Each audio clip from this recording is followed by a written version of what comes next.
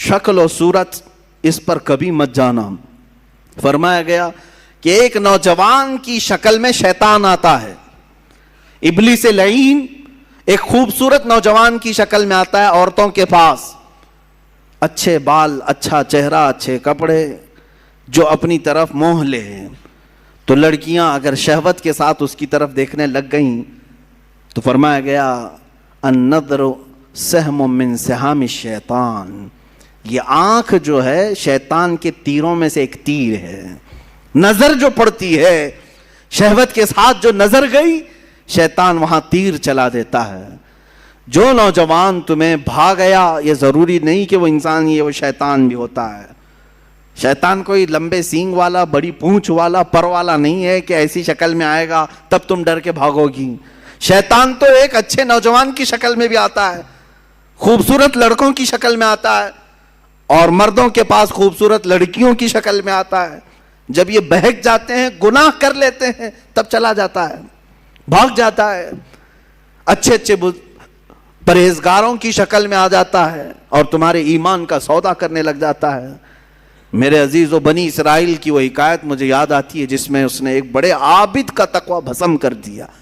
بہت بڑا عابد نیک, اپنے صومعہ سے نکلتا نہیں تھا. صومعہ اس کو کہتے ہیں جہاں عبادت کرنے کی جگہ ہوتی تھی پہلے بنی اسرائیل میں, اس کے باہر وہ کبھی نہیں نکلتا تھا.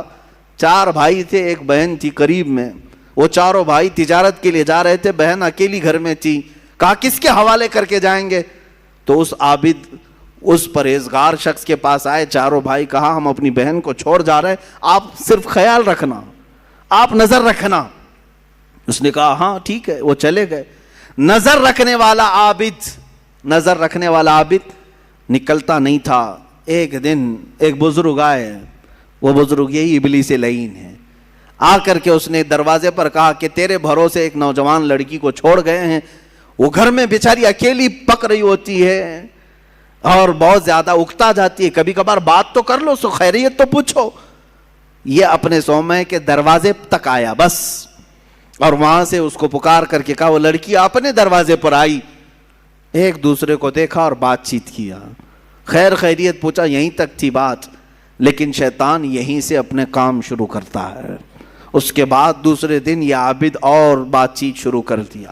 یہاں سے یہ سلسلہ اتنا بڑا کہ اس کے اندر عبادتوں کی جو طلب تھی وہ کم ہونے لگی. اب یہ اپنے صومعہ سے نکل کر کے اس کے گھر بھی جانے لگا, جا کر کے گھنٹوں بات چیت کرتے رہے.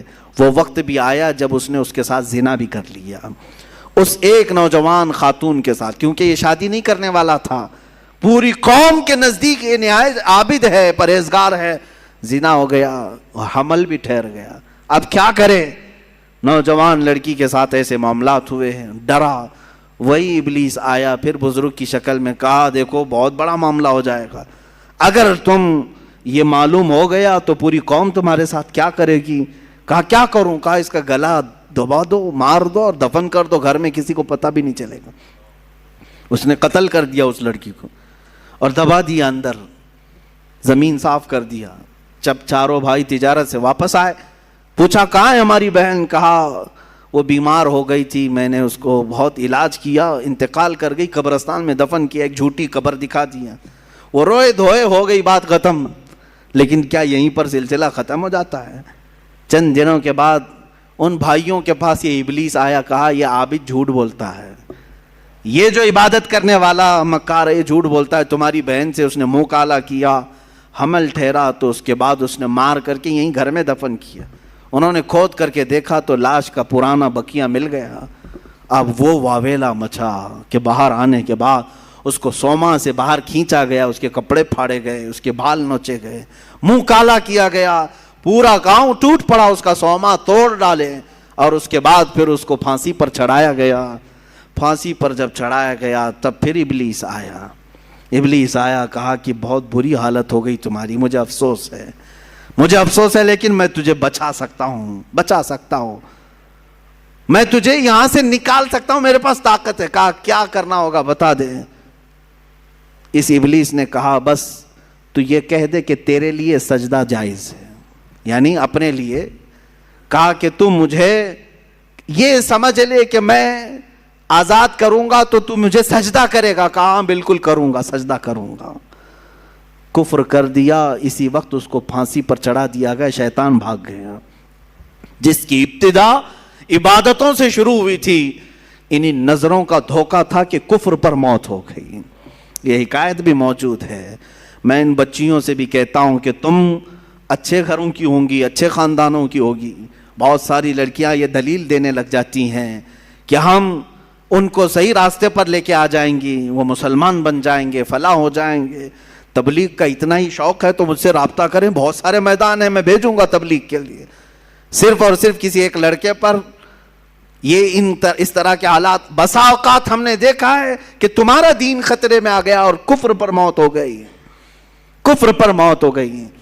ابھی چند مہینے پہلے, 6-7 مہینے پہلے کا ایک واقعہ گردش کر رہا ہے, اخبارات کی سرخی بھی بنا اور بہت سارے سوشل میڈیا پر یہ گردش بھی کرتی رہی بات.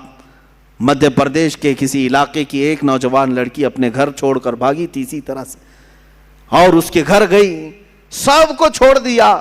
4 مہینے اس کے ساتھ نہیں گزارا. ایک دن اس نے صرف یہ کہا تھا کہ مجھے شام میں گھمانے کیوں نہیں لے جاتے.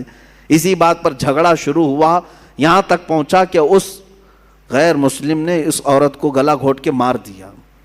لڑکی مسلمان تھی, گھر واپس آ نہیں سکتی تھی, مر گئی.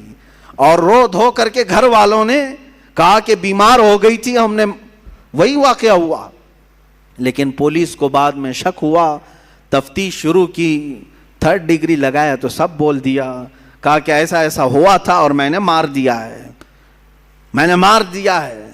عزیزان گرامی, پوسٹ مارٹم آنے کے بعد پتہ چلا 2 مہینے کے بعد کہ اس لڑکی کو انہوں نے اس طرح سے مار دیا تھا.